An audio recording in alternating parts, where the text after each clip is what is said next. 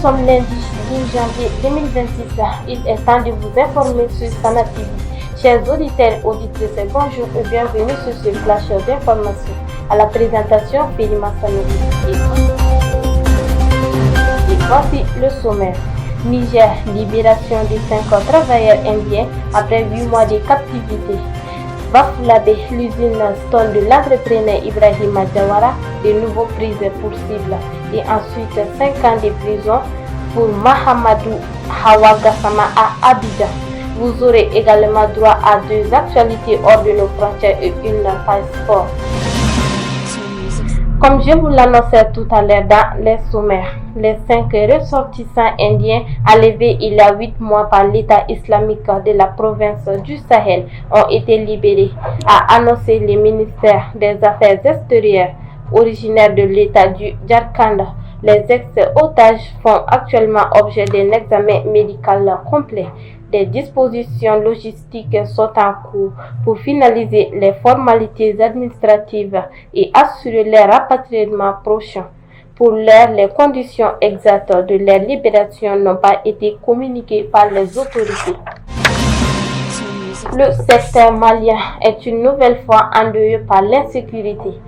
Ce dimanche 11 janvier 2026, l'entrepreneur Ibrahima Diawara a annoncé sur les réseaux sociaux que son usine Stone située à Bafoullabé était la cible d'une attaque armée.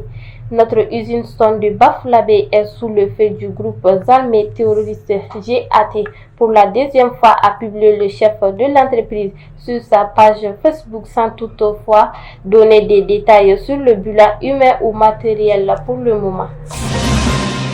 Ce vendredi 9 janvier 2026, le tribunal correctionnel d'Abidjan a accueilli le procès de Mamadou Hawa Gassama, membre du Conseil national de transition CNT du Mali. Poursuivi pour des propos tenus sur Internet, l'homme politique malien fait face à des lourdes réquisitions. Au terme de l'audience, le procureur de la République a requis une peine de 5 ans d'emprisonnement ferme, assortie d'une amende de 500 000 francs CFA à l'encontre du prévenu. Chers auditeurs, place à la page internationale, les actualités hors de nos frontières. Libye, un couple nigériano-ghanéen accusé d'avoir torturé un orphelin à mort. Les autorités libyennes ont procédé à l'arrestation d'une femme de nationalité nigérienne et de son époux ghanéen, soupçonnés d'être impliqués dans la mort tragique d'un enfant orphelin à Tripoli. Selon les informations rapportées par Libya Observer, le couple a été interpellé le mercredi 7 janvier 2026 dans la capitale libyenne. Il est accusé d'avoir soumis l'enfant à de graves actes de maltraitance, notamment des tortures répétées et une privation prolongée de nourriture qui aurait conduit à son décès. Le président américain Donald Trump a déclaré que Washington pourrait mener des frappes militaires supplémentaires au Nigeria si des chrétiens continuent d'être tués, relançant un débat sensible sur la religion, la sécurité et l'intervention étrangère dans le pays le plus peuplé d'Afrique. Place à la page sport. CAN 2025, les demi-finales dévoilées. Après des 8e et quarts de finale passionnants, B-Score vous dévoile le tableau complet des demi-finales de la Coupe d'Afrique des Nations 2025. Les demi-finales se joueront le mercredi 14 janvier 2026. 16 équipes avaient débuté cette deuxième phase à l'élimination directe.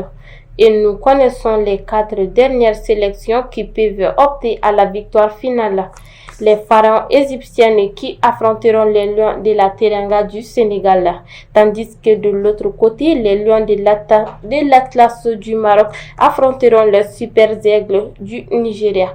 Même si le Maroc est le plus grand favori a priori, difficile de dire qu'il soulèvera le trophée le 18 janvier 2026.